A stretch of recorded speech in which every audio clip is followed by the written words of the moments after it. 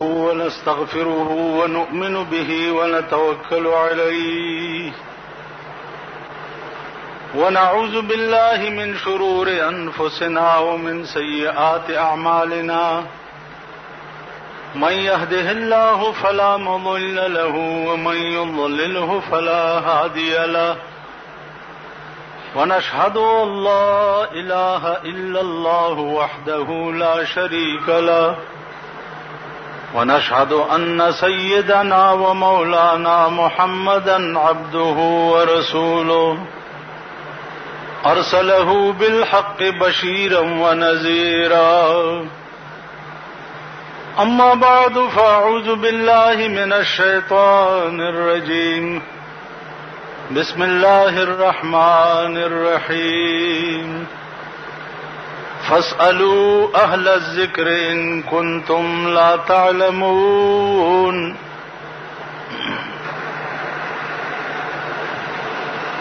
نن بیان د امام ابو حنیفه رحمت الله علیه متعلق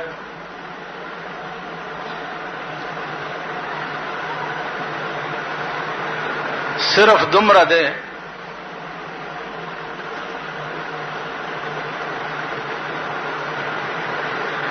چې علماء په منځ کې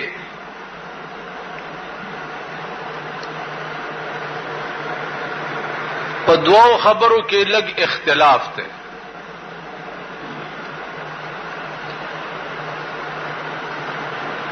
یو دا چې د امام ابو حنیفه رحمت الله علیه استادان څومره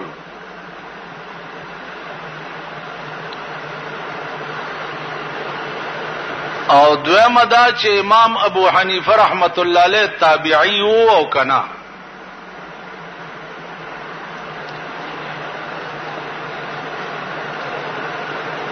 بدا دو خبرې نن ستاسو مخ کې عرض کوم.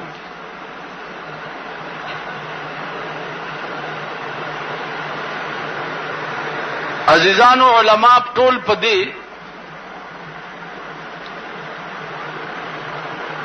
طرف باندې دي چې د امام ابو حنیفه رحمت الله علیه استادان چې دي هغه یو سل او دولسو.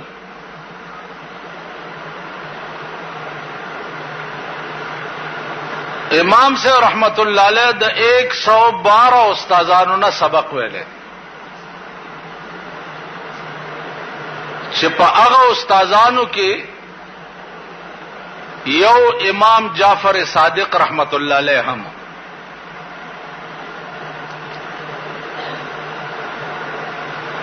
امام جعفر صادق رحمت الله علیه دا هغه امام دی چې کوم متعلق اس شیعہ لګیا دي او فقہ جعفریہ چغي وਹੀ.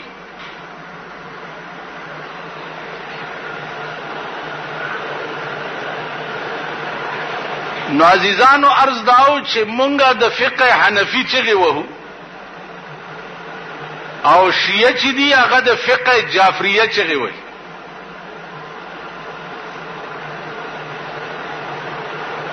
نو کپ فقه جعفریه او فقه حنفی کې اختلاف وی نو امام ابو حنیفه رحمت الله علیه خدا فقه امام جعفر صادق نزدا کړي وا. نو بیا ولی د امام جعفر صادق فقه جدا ده او د امام ابو حنیفه فقه جدا ده.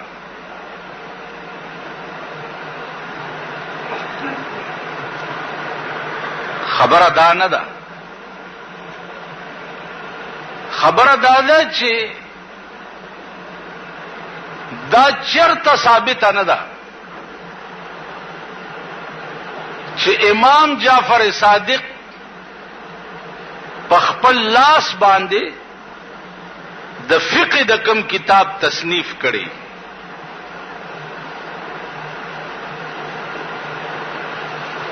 دا فقه جعفریه چې دا یو نیم سل کال رستو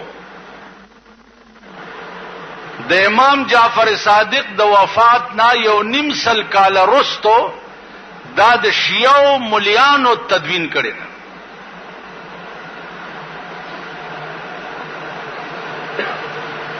نو د شیعه مولا خو بیا خپل خوخه ده چې هر څه پکې لیکلي دی هغه لیکلي ځکه چې مولیانو په هر زمانہ کې د خپل مذاق مطابق لته خوالی دي کړ قران کې راځي ويل للذين يكتبون بأيديهم ثم يقولون هذا من عند الله هلاکت وی د اغلا سونو د پاره چې دی لیکلو کی او بیا وای چې دا د خدای کلام دی دا د يهودو د علماو په حق کې خدای پاک ویلي دي چې غریب په خپل لاس لیکل وکړه او قوم ته به یو شی پیش کړ چې دا د خدای کلام نو الله وی چې وایلن هلاکت او تبعید وی بعض مفسرین وایي چې وایل دا هغه کنده د په جهنم کې چې ار ورځ جهنم هم او یا کرته د دې کندې نه امان غواړي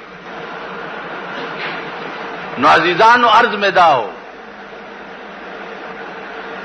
چې امام جعفر صادق رحمت الله علیه چې د لاس د فقه تصنیف شتنه خدا ملک نه دی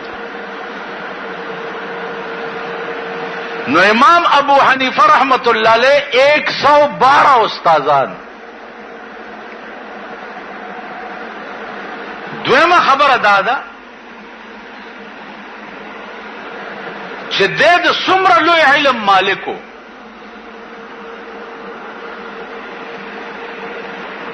د دې اندازا علما لګولش عزیزانو دې اسیو د قیاس درته وایم ما نور فقہی جزئیات خو زه تاسو په پویول نشم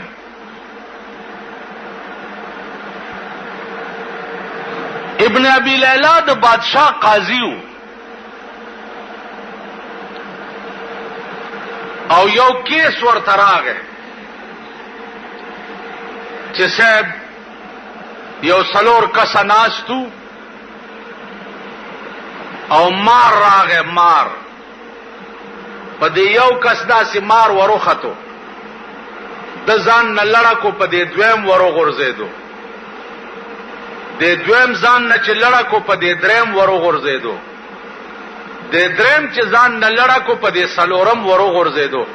دا سلورم یې وچی چلو مړ شو دا یو مقدمه راغله ابن ابي ليلى تا نو ابن ابي ليلى توس دا فیصله کول دي چې دا مړی چې مارو چی چلو د دې مار چیچون کی دیت بسوک ورکی په دې درو کې تاوان بد دې مړی څوک ورکی ځکه چې دا هو قتل خطا ده او قتل خطا کی دیت ورکول ضروری وي نو د دې دیت بد درو کې څوک ورکی ابن ابي ليلى فیصله ورکړه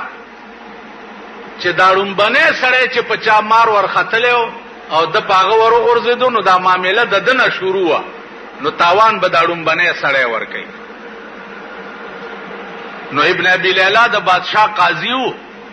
خلکو من لړم بي سړی نه تاوان واغسو امام ابو حنیفه رحمت الله علیه ته دا مسله پیش و چې صاحب داسې یو کیس شوو او ابن ابي ليلى دا فیصله وکړه امام صاحب وی چې الله دې رحم وکي په ابن ابي ليلى باندې دا فیصله شپاره سنه غلطه کړې خبره دا څنګه ده اوس دا قیاس دی اوس قیاس د علماء یو د داسې علما لکه ابو حنیفه ګوره زما د لاس ته ګوري امام ابو حنیفه رحمت الله علیه وی چې مار چراغ او په دیړمبي سړی وروخته او د ځان نه لړکو په دې دویم وروخته نو دا دویم یو چې چلو که بچ شو تاسو وایي بچ شو امام صاحب وی چې دا دویم بچ شو نو دا ډومبنه سره اخلاص شو د چې پچا ور غرزولې وا بچ شو چې بچ شو نو د اخلاص شو د دویم چې ورو غرزولو په دې دریم باندې نو دا دریم بچ شو کوي چې چلو بچ شو نو دا دویم هم خلاص شو ٹھیک شو ځکه چې د دې په عمل خو یو بلونه چې چلې شو نو دا دوه خلاص شو خبره په دا او په د کې ده دې سړی چې په دې ورو غرزولو دا یو چې چلو اوس مجرم دا دریم دی مجرم درېمم اله ده چې اوس بدا کته شي چې د درېم چې په دې سلورم سړی مار ورو غرزولو نو دا سلورم پاغه ټکیو خوړو او کس سات پسې وخوړو نو امام صاحب وی چې کدی درېم سړی چې په سلورم مار ور غرزولې ده کپا ټکی خوړلې خو تاوان په دې درېم ده او کس سات پسې خوړلې نو دا درېم هم خلاص ته د دې سلورم خپل سستی و دبم ځان نټېله کړي وکړه ما په دې خبره پوښ دا قیاس د امام ابو حنیفه رحمت الله علیه ابن ابي ليلى ته چې خبره ورله چې امام صاحب خدا سي وي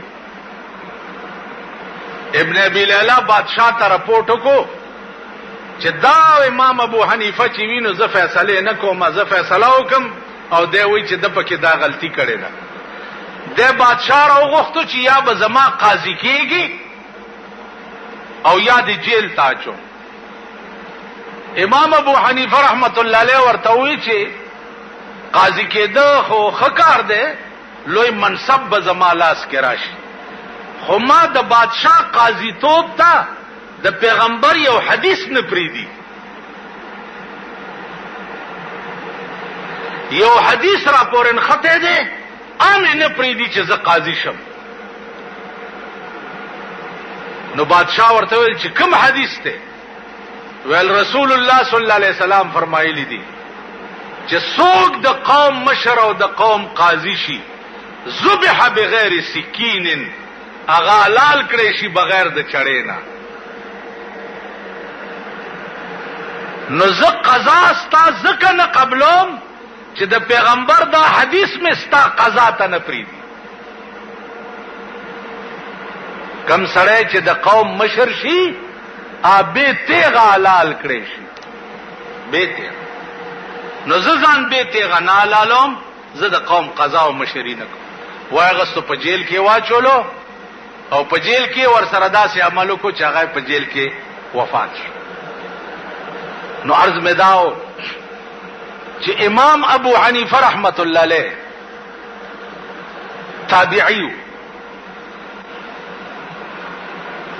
صحابي چاته وای چې پیغمبري لیدلې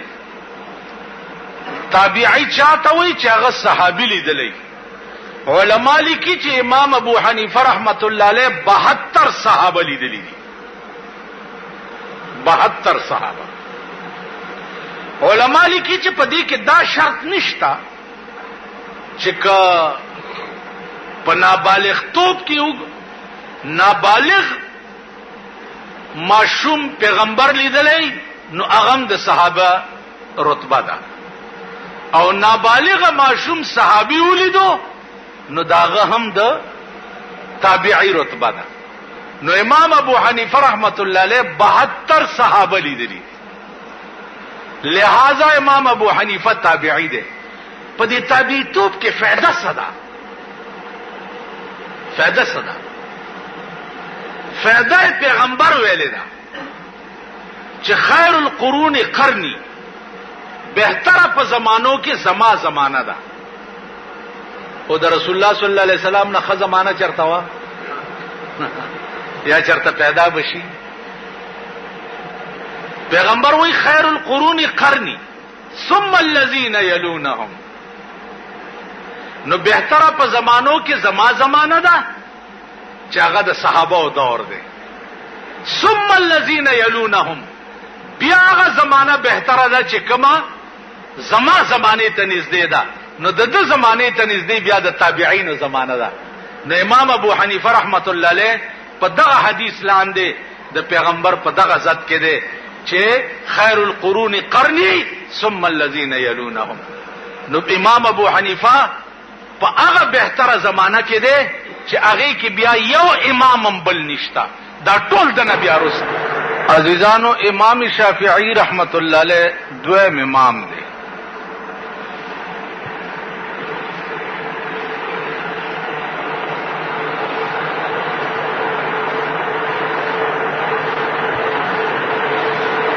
امام شافعی رحمت الله علیه او د امام ابو حنیفه رحمت الله علیه په منځ کې څه لږ اختلاف دی.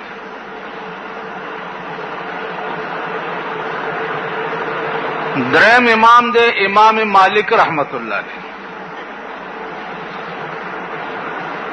سلورم امام دے امام احمد بن حنبل رحمت اللہ علیہ.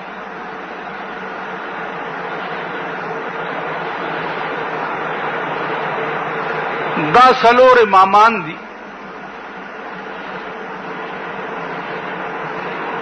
نمبر پر نمبر د دی بیان ستاسو مخه تبرازی.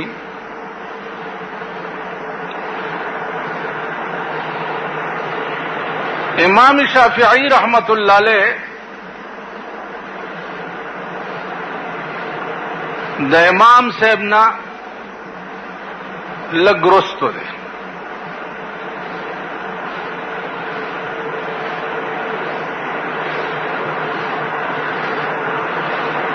په اسلامی قوانینوں کی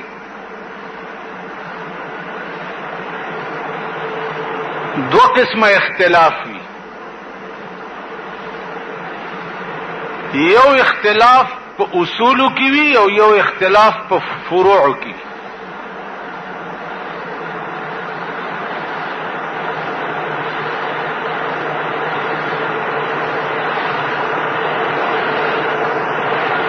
دائمہ مجتہدین په منځ کې اختلاف د اصول نشته. په اصول کې ټول ائمه مجتهدین چې دي دا متفق دي.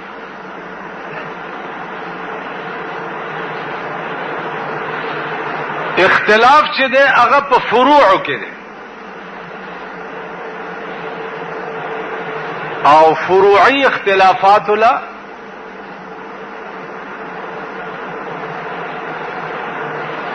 دومره زور ورکول چې مونږه په یو بل ته کافر وایو، دا په اسلام کې حرام او ناروا دي.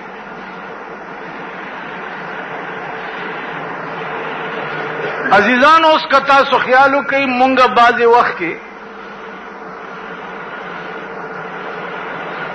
یو جماعت کې پیښ شو چې هلته خلقو په مانځه کې لاسونه دلته په سینه ایښي.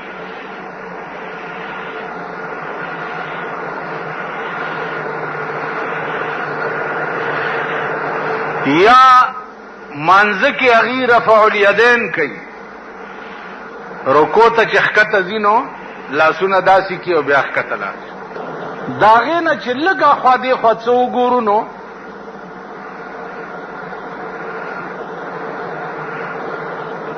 یکدم په فتوا ولګو چې دا خو هلکه کافر دي، بل شان مونځ کوي.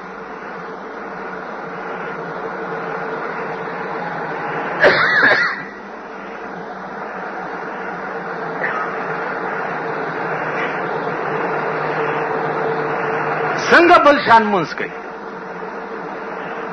وای په مانځه کې په لاسونو اشارې کوي.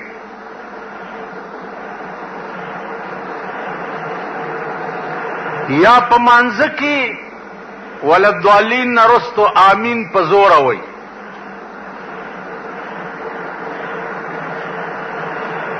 نو بیا ګرځو تا ته وایم بل ته وایم دې جومات کې خو داسې خلک وو، یاره یو ځای کې پېښ شوی او ما مانځه کې داسې چل کولو، رستو به آمین په زوره ووی. دا شرارت پسې به ټوله ورځ ګرځو یو بل سره به دا خبرې کوي. نو دا بدبخت قوم چې دی خبر نه دي، دا نه پیژني چې اصول څه ته وایي، دا نه پیژني چې فروع څه ته وایي. لنډ غوندې مثال درته وایم. په مانځه کې دا ولاړه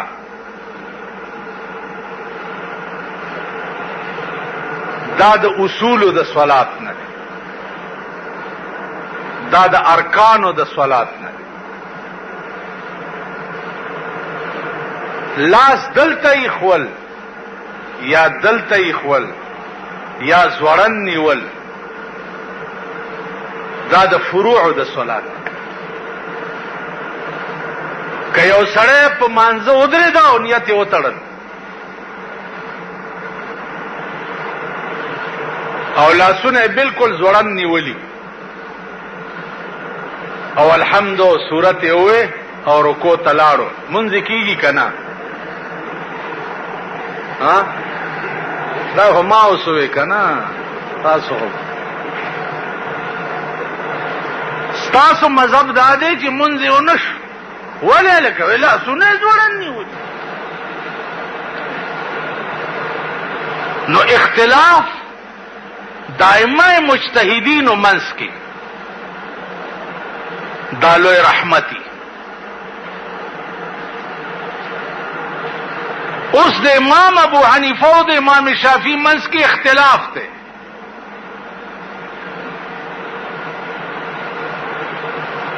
لیکن د تعلق عالم ګورا، د اندرون د صفای عالم ګورا. امام شافعی رحمت الله علیه فرمایي چې ما ته به کومه مسله کې څه مشکل پیښ شو نو زبد امام ابو حنیفه رحمت الله علیه قبر ته لاړم چې قبر ته به لاړم نو التبه می 2 رکعات نفل وکړ. نو د امام شافعی مذهب دا دی چې هغه په منځ کې رفع الیدین کوي، لاسونه دلیږي. و امام شافعی وایي چې د امام صاحب د قبر سره به ما نفل کول نو ما به رفع الیدین هم نه کول او په سینه به مې لاس هم نه کې خو لاندې به مې لاس کې خو ځکه چې د دې قبر والا مذهب دانو نو دنه مال حیا راتله. خو به کې څوک داس چا سره جستا اختلافي او ته داغه قبر ته بلار شي او 2 رکعات نفل به وکي او دعاګانې به وکي چې خدای دا مشکل زما آسان کړي. د امام شافعي سره د اختلاف د امام ابو حنیفه سره داغه په قبر به نفلونه کول او بیا به خپل مسلک پرېو چې د دې قبر والا مذهب دانه دی چې د خپه نشي چرته.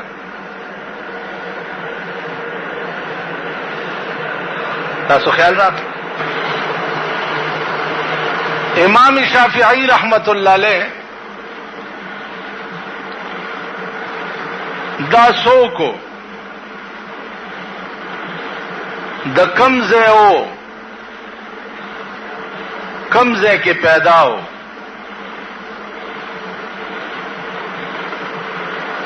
او بیا علم په کمزه کې کړو دا بیان دی نن.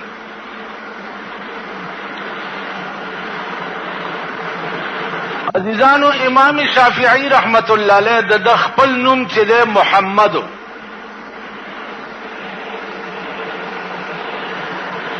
او د پلار نوم ادریس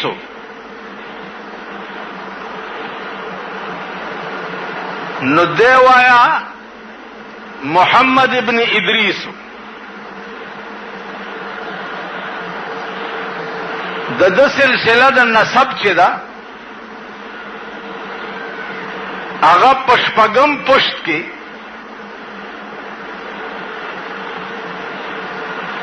د عبد المطلب او عبد مناف سره لګي.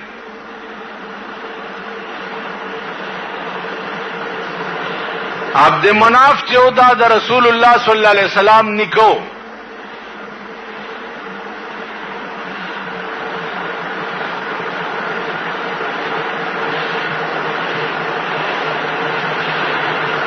نو دا شافعی چې و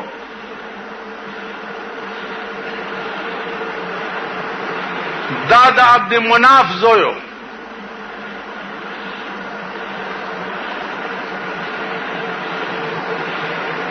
نو گویا پشپگم پشت کے امام شافعی رحمت اللہ علیہ چھ دے دا دا رسول اللہ صلی اللہ علیہ وسلم ہم نسب دے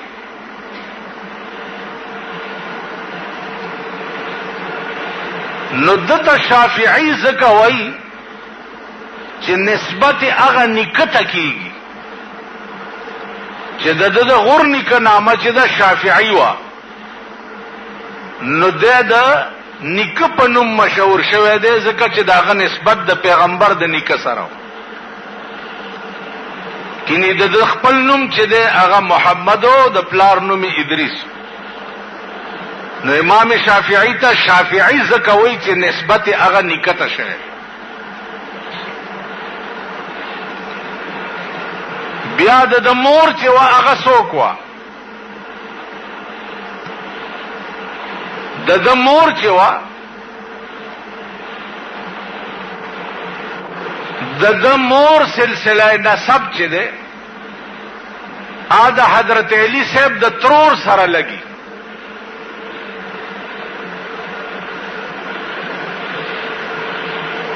پدرم پشت کې تقریبا هغه د حضرت علی د ترور سره لګي یعنی د مور د طرف نه د حضرت علی هم نسب ده او د پلار د طرف نه د جناب رسول الله صلی الله علیه وسلم هم نسب ده نو گویا دا په خاندان رسول کې شمار ده او سید ده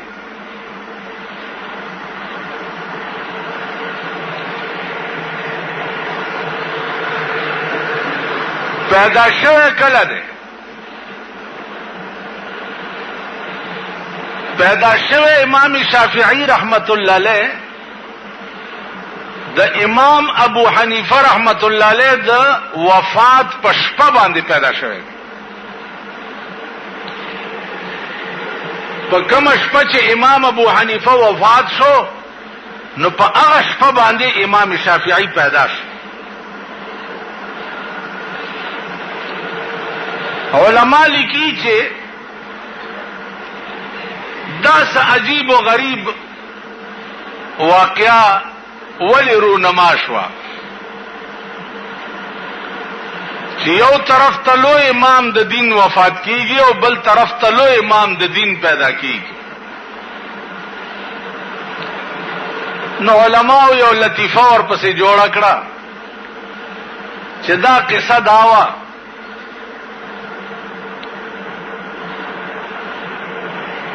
چې امام ابو حنیفه رحمت الله علیه چې ژوند دی نو امام شافعی ته نه دنیا ته نشو راتله دا علماء مذاق دی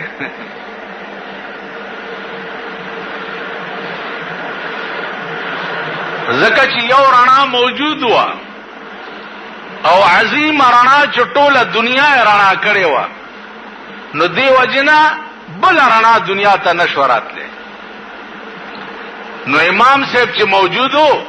نو امام شافعی ته نه نشو راتله خو چې دی وفات شو نو هغه دنیا ته راغی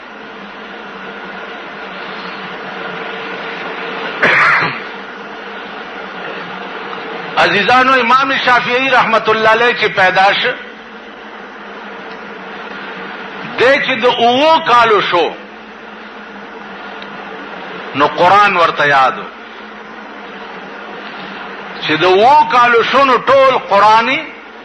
بیا یاد کړو زمونږ د طالبانو نه کله زه تاسو کوم اور سړی به دې دا تنبه به د تنې نه پنا کیږي الکه څه چل کې استاد وې قرآن یادوم څه سي پاره دې ویل اوس پدره مکه ما نو تر اوسه دې څخر سالول خدای دې ورکا غاډ سنډا بې امام شافعی رحمت الله علیه عمر چې او کال شو نو قرآن یاد کړو بیا او د عمر چې 15 کال شو نو موطا امام مالک یاد کړو بیا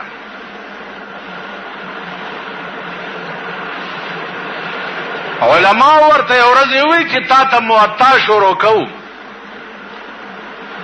امام شافعی رحمت الله علیه ورته فرمایل چې موطا ما ته شروع کوي ما تاسو وکې دی او موطا کتابونه مخه تکې دی او واوري چې زه درته واورم نو علماء مخه ته موطا کتاب کې هو او واوري چې زه درته واورم نو علماء مخه ته موطا کتاب کې هو او امام شافعی ورته شروع شو حدثنا فلان قال حدثنا فلان قال رسول الله صلی الله علیه وسلم طول موطا امام شافعی رحمت الله علیه په یاد ورته تیرا کړه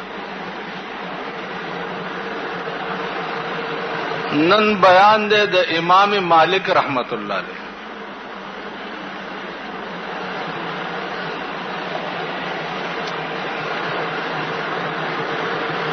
عزیزانو امام مالک رحمت اللہ علیہ دا عربی النسل دے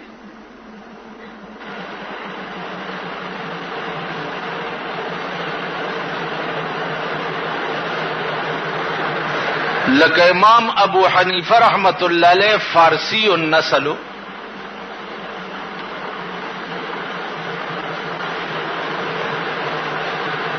علماء لیکي چې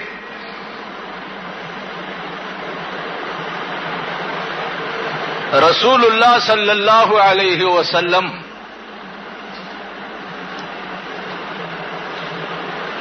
یو پیشنګوئی کړي وا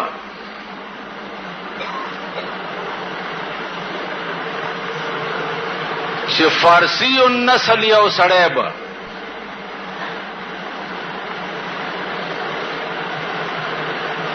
د اسلام چراغ دومره بلندی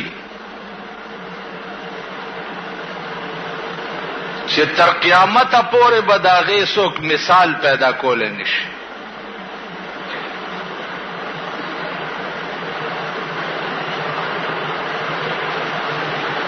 په دې باندې د ټولو ائمه محدثین او فقهاو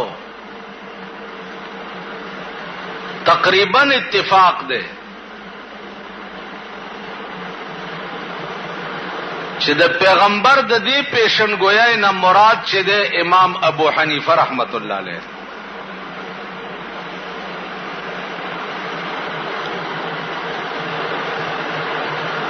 ځکه چې د امام ابو حنیفه رحمت الله علیه نه الله پاک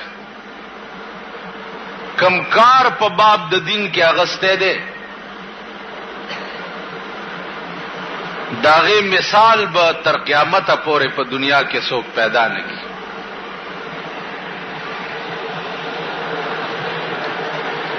عزیزانو دته د علم سره سره الله پاک قوت اجتهادی او قوت دماغی دومره لوی ور کړو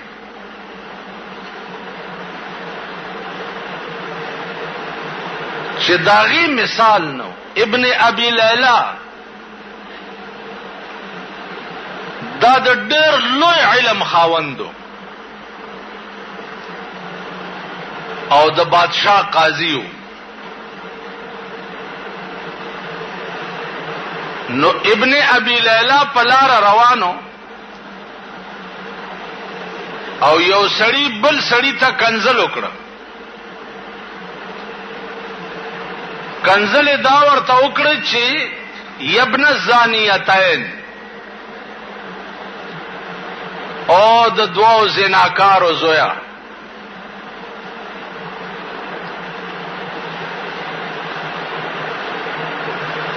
ابن ابي ليلى فورا خپل دارو قضا تلاړو او پولیس راولېګلو دا سړی اونیو دا ځان ته پیش کړو چې تا سره څه ګوان شته چې د دوه زناکارو زوی دی؟ هغه ورته وی چې نه صاحب ګوان نشته. ابن ابي ليلى حکم کو پټکی چې د فورن اتشل دوره وهي، زکه چې د یوې کنزلې په بدل کې اتیا دورې دي او تا دو کنزلې کړې دي. ابن الزانیتین د دوو زناکارو مور او پلار دواړو ته د زنا نسبت کړي دي، نو کنزلې دو شوي، نو لہذا پتا دو حد جاری کیږي، اتشل دوره وهي.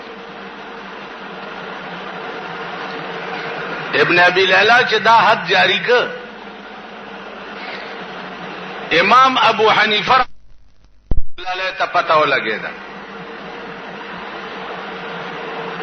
چې ابن ابي ليلى یو سړی ته سزا ورکړه او داسې ورکړه. امام ابو حنیفه فرمایل چې ابن ابي ليلى باندې د خدای رحم وکي، په دې یو فیصله کې دوه غلطۍ کړې دي. فیصله یو ده او غلطۍ پکې دوه کړي.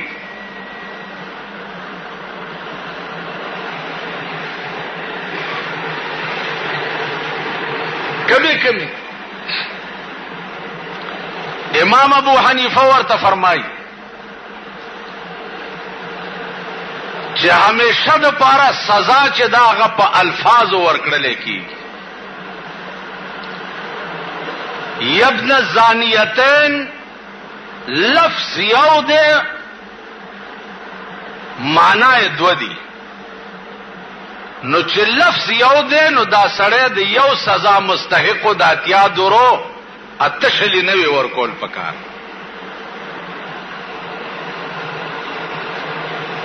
دویمه خبره غلطی دا ده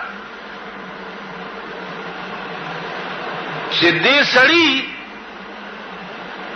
لسزا اتشل دوری لګاتار ورکړي، په یو ځای اتشل دوری ووالو. مسله دا ده چې دوه حدا په یو سړی باندې لازم شي، دوه حدا. نو یو حد چې ووالی شي نو بیا به سورزی پریخ وی شي چې دا زخمونه جوړ شي، د پارام شي، بیا به په بل حد جاری کیږي. نو ابن ابي ليلى په یو ځای په دوه حد جاری کړ. دا د امام ابو حنیفه رحمت الله علیه هغه قوت اجتهاد چې د بادشاہ د قاضیانو په فیصلو کې به غلطۍ راځي. ابن ابي ليلى بادشاہ ته شکایت وکړ چې زه خود نه ډېر تنګ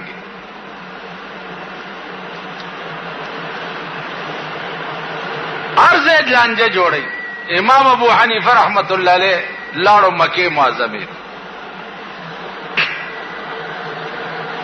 مکه معظمه تلاړو،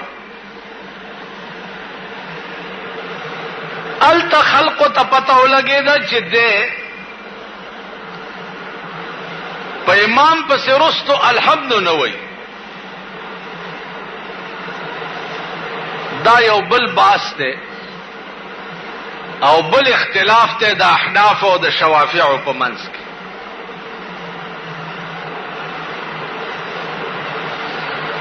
د امام شافعی رحمت الله علیه مذهب دا دی چې امام پسې به تولاړي نو الحمد بوي، او د امام ابو حنیفه مذهب دا دی چې امام پسې برستو تقرات نه وي، چپ بولاړي.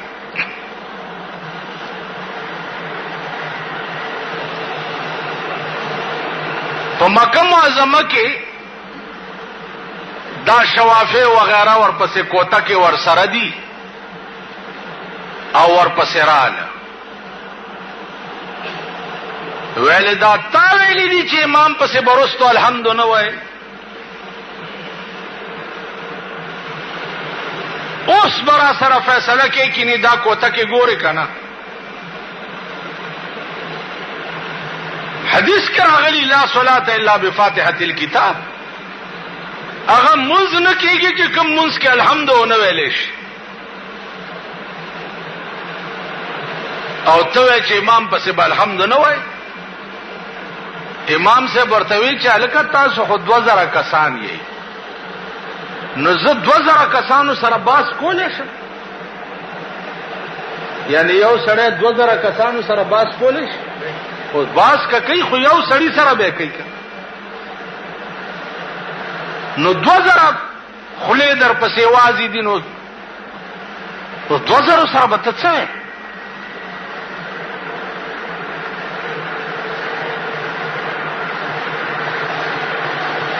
هغه ورته وی چې خدا څومره کسانو سره کې؟ ویل یو کس منتخب کړي، یو کس چې هغه سره زه بحث وکړم. دوی پکې یو لوی عالم کتلی دی او ورته وی چې دی به در سره بحث کوي. امام صاحب فرمایل چې دا سړی به ما سره باس کوي. وی چې آو ویل کده وګټله نو تاسو ټولو ګټلې ده؟ ویل او جی مونږ ټولو ګټلې ده. او ویل کده بیلو ده؟ وی کده بیلو ده نو مونږ ټولو بیللې ده، مونږ بزو. امام صاحب صادر په وګوا چولو او روان شو. 2000 کسان ورپسې شو. ویل چرته ځي؟ ویل تاسو په خپل فیصله وکړه چې امام پسې الحمد نشته. تاسو وی په 2000 کسانو کې دا سړی تاسو منتخب کړ چې د ګټه ستاسو ګټه ده او د بیلات ستاسو بیلات ده، نو د امام قرات ستاسو قرات ده. تاسو په خپل فیصله وکړه. دا عقل او فهم او دا دماغ. علماء لیکي چې امام مالک رحمت الله علیه چې دا عربی النسل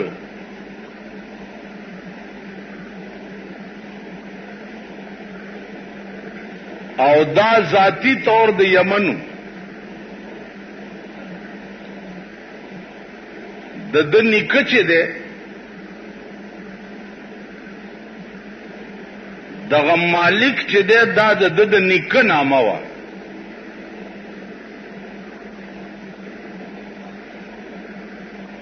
نو د نیکه چې ده مالک او دې باندې خبط سړی باندې راځي چې عربو کې دا دستورو چې پنوسی باندې به څه چل کولو د نیکه نومي خو پنوسی به د غور نیکه نامه خو اوس مونږ کې خو خزه وای چې هه د مړی نامه یې پکې لکه چې مونږ هو کم کار سم دی. دغه مالک چې دا په سن 2 هجری کې د یمن نراغه مدینه منوره ته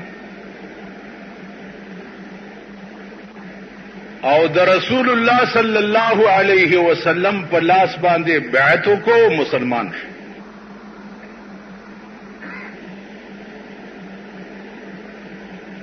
علماء وایي چې سیوا د بدر د جنگ نه په نورو ټولو جهادونو کې مالک رضی الله تعالی عنہ چې دا رسول الله صلی الله علیه وسلم سره شریک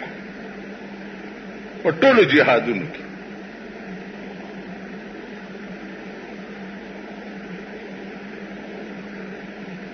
هغه نه بعد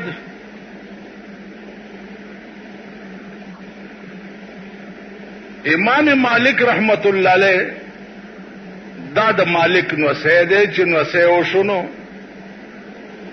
خلقو په د خپل نیکنون کې د پیدایش چې ده هغه په مدینه منوره کې شوه.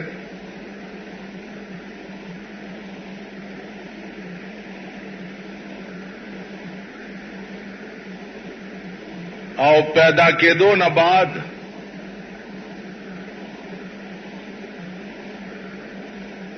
د شغل چو دلس اتو کالو پجون کے حدیث یادول په حدیث یادولو کې امام مالک رحمت الله علیه هغه سټیج ته ورسېدو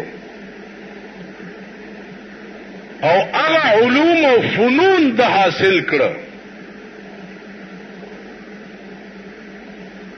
چې موطا امام مالک کې لیکل شروع کړ.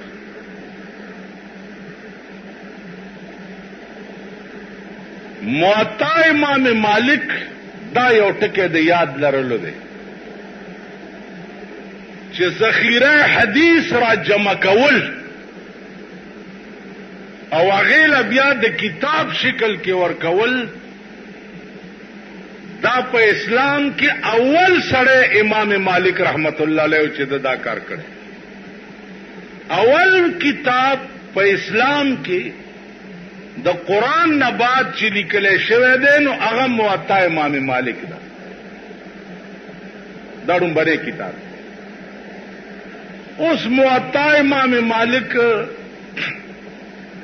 عزیزانو کزه قسم درته وخورم نو دروغجن بنشم چې په دې ټول صوبه سرحد کې په ټول صوبه سرحد کې شاید چې 30-40 نهایت 50 پورې علما به چې هغه په موطا امام مالک کوي په ټول صوبه سرحد کې او دې څومره چې خپګ دې د استاد په سر بیگ دی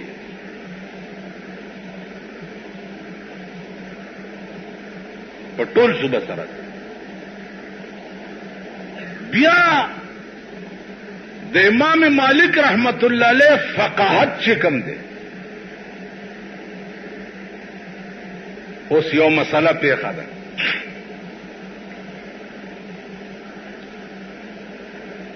مسله دا پیښه ده چې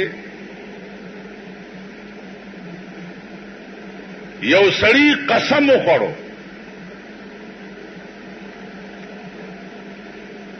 چې کما د جنابت نه غسل وکړو نو په ما د خزه پدری کانی طلاق ہے. جنابت پیژنئ څه ته وایي؟ غسل کولو ته جنابت وایي.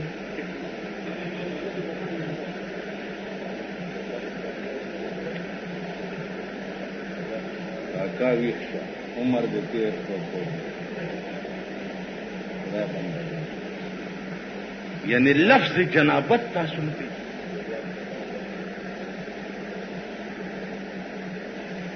جنابت څه ته وایي خدای بندگانو چې سړی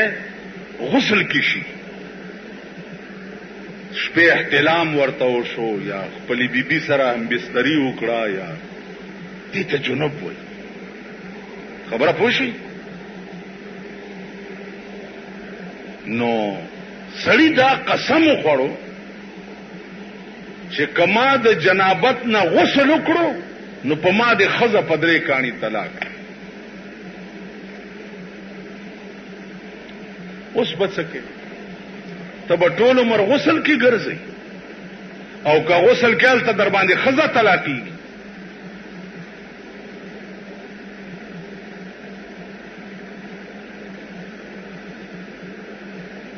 وګرځئ که نه لږ نري نري.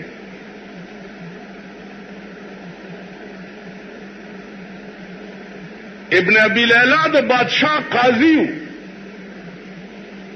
هغه ته چې خبره پیښ شو هغه وی چې غسل بنه کوي که وکړو په خزه طلاقېږي.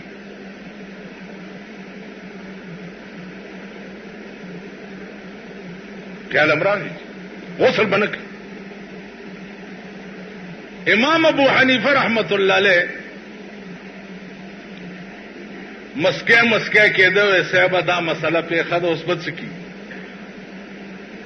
امام ابو حنیفه فرمایل چې راځئ چې د دې سړي علاج وکړو. یو سړی پوی کړی دی چې د دې دریاب په غاړه ته ودرېږه، زه به دا سړی دریاب ته غورځومه چې دی پکې یو 2 غوپې ووهي نو ته به فوراً راوباسې چې مړ نه شي. امام ابو حنیفه رحمت الله علیه سړی د لاس ونیو چې راځه که نه چې دا مسله ولټو، خو چې د دریای دجله غاړې ته وروستی دی غړک چې دیکای ورکړې ده، چې دیکای ورکړې ده دریاب کې اوس 2 3 4 5 غوپې ووالې، بل سړي ور ټوپ کړه لامبوزنو هغه راوویستو، ورته یې زه بچیا غسل دم پاک شو او ښځه دې طلاقه نه شو. تاسو خیال ده ابن ابي ليلى ته پته ولګېده چې امام ابو حنیفه دا چلو کو. ابن ابي ليلى ورته دا څنګه چلو شو؟ نو امام صاحب ورته وی چې او ابن ابي ليلى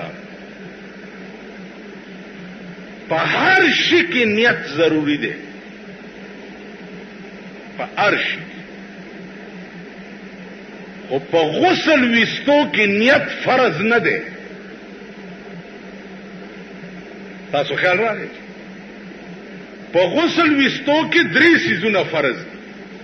خوله کې اوبه اچول، پوزه کې اوبه اچول او ټول بدن لمدول.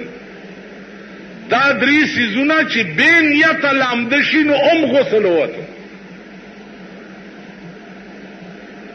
ابن ابي ليلى اکبک شو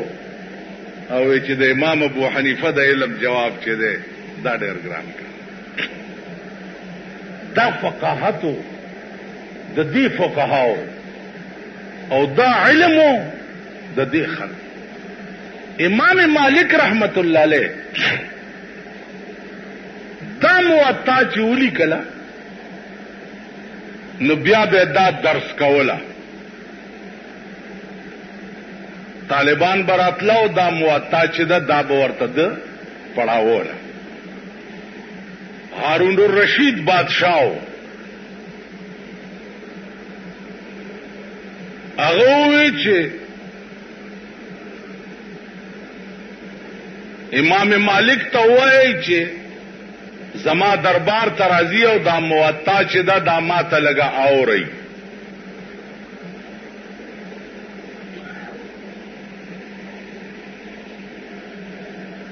امام مالک جواب ورولېږلو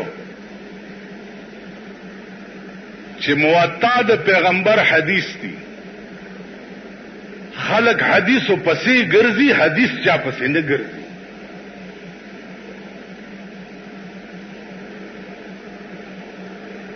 دې حدیث پسې زه ګرځېدلم او ما حاصل کړی دي، حدیث ما پسې نه دی ګرځېدلی. نو د هارون الرشید ایمان ته بیا وګوره، آرا روان شو چې ټیک ده خلق علم پسې دي، علم خلق پسې نه دي. ناراغه د درس ته نو بیا بل تقاضا وکړه. امام مالک ته وی چې کته دا موطا ما ته د دې عام طالبانو لګزان لوینو دا مهرباني بدی. امام مالک ورته وی چې کوم شی د عام خلقو د فائدې د پاره هغه په یو سړی نشي قربانې دی، دا درس د عام طالبانو د پاره دی. که د طالبانو په زمره کې کینه او اورې ډېره خدا کینې خپل لار واه. بادشاہ ته وی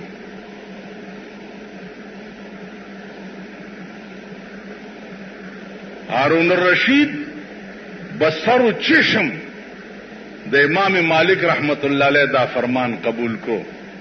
او باغی کې بناستو او حدیث به د بغداد بادشاہ ورتا یو قاصد راولېګل چې بادشاہ وای چې یو 100 رجلا بغداد تراش. امام مالک رحمت الله علیه ورته فرمایل چې زه اوسګار نه ځنی مزګار.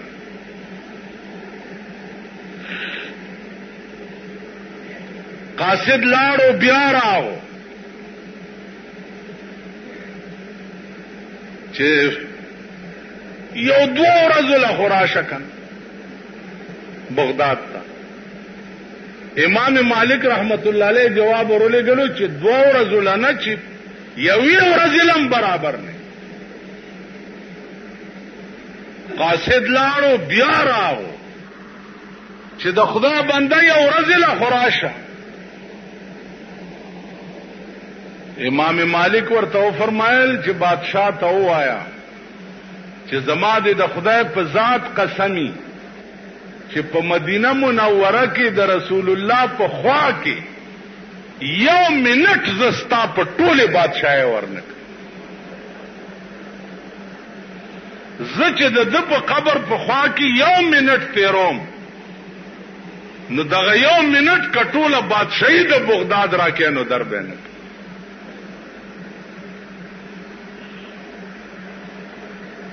عاشق دیته و رحمان بابا ته چاوي راځه دلته مولا راغله د جلسه د تقریر به پکې واوري هغه څه چل دی و مولود شریف ته مولا راغله د تقریر به پکې کوي ته به واوري هغه ورته له ول رحمان دومره اوزګار نه دی د کار د عشقان رحمان دومره اوزګار نه دی د کار د عشقان چې غوګونی سي ناسح غوندې اوزګار تا دا تقریرونه چې کوي دا اوزګار دي او زه د عشق په کار کې باندې ما نزو ورته اوزګار نه امام مالک ورته وې زه داغه خاورو د عشق په تاک کې ناستم ستا بادشاہي ما ته پکار نه ده او نه د بادشاہ دعوت ما ته پکار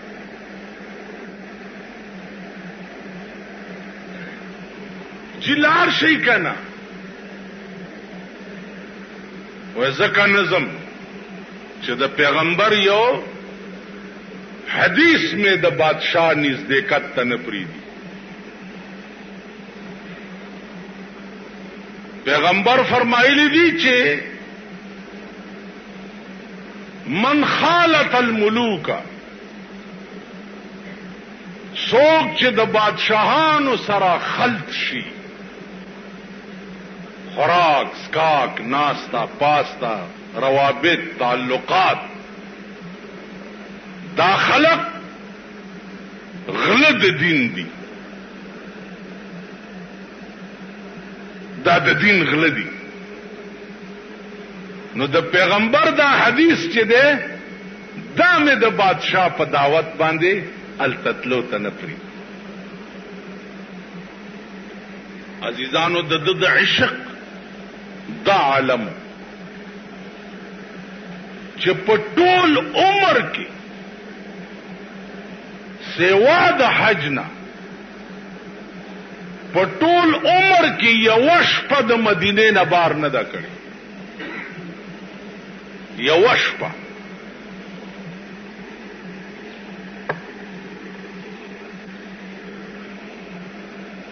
بیا په ټول عمر کې په مدینه منوره کې چرته په سورلې نه دی سور شوی چې دې زمکه لاندې زما محبوب پروت ته کزه په سورلې سور شم نو بلاندې راشي یا رب بیا په ټولې زندګۍ کې په مدینه منوره کې پڼې نه وې پخپو کړي خپیاب لا بګرځي چې کوم ازمکه زما محبوب د خپل لاندې راغلی دا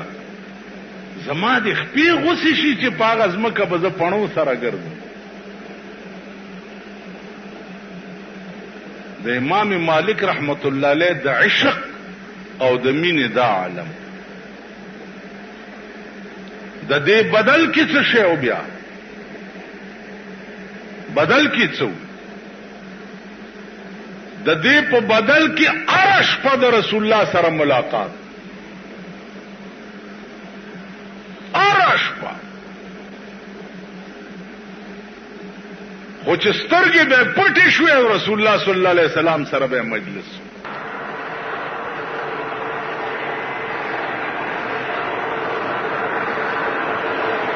د 15 کالو په عمر کې عالم شوی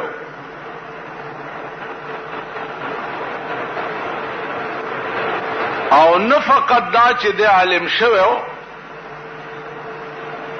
د 15 کالو په عمر کې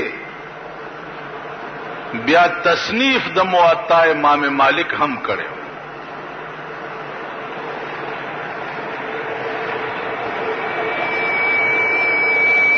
بیا دغه موطا چې دا بد طالبانو ته درس کولا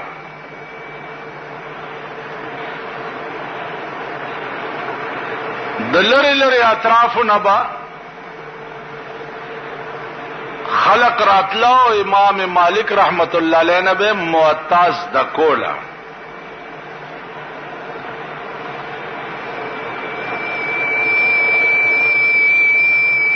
موطا چونکه د حدیث کتاب دی او په دې ټول کتاب کې فرامین دي د جناب محمد رسول الله صلی الله علیه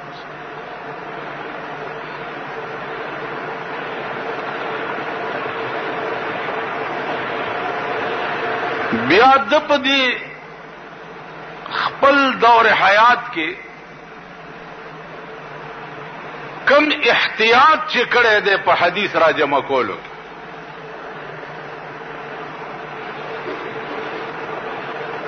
چا به ورته وی چې دې سړی ته یو حدیث یاد دی د پیغمبر نو دې بلاړو دا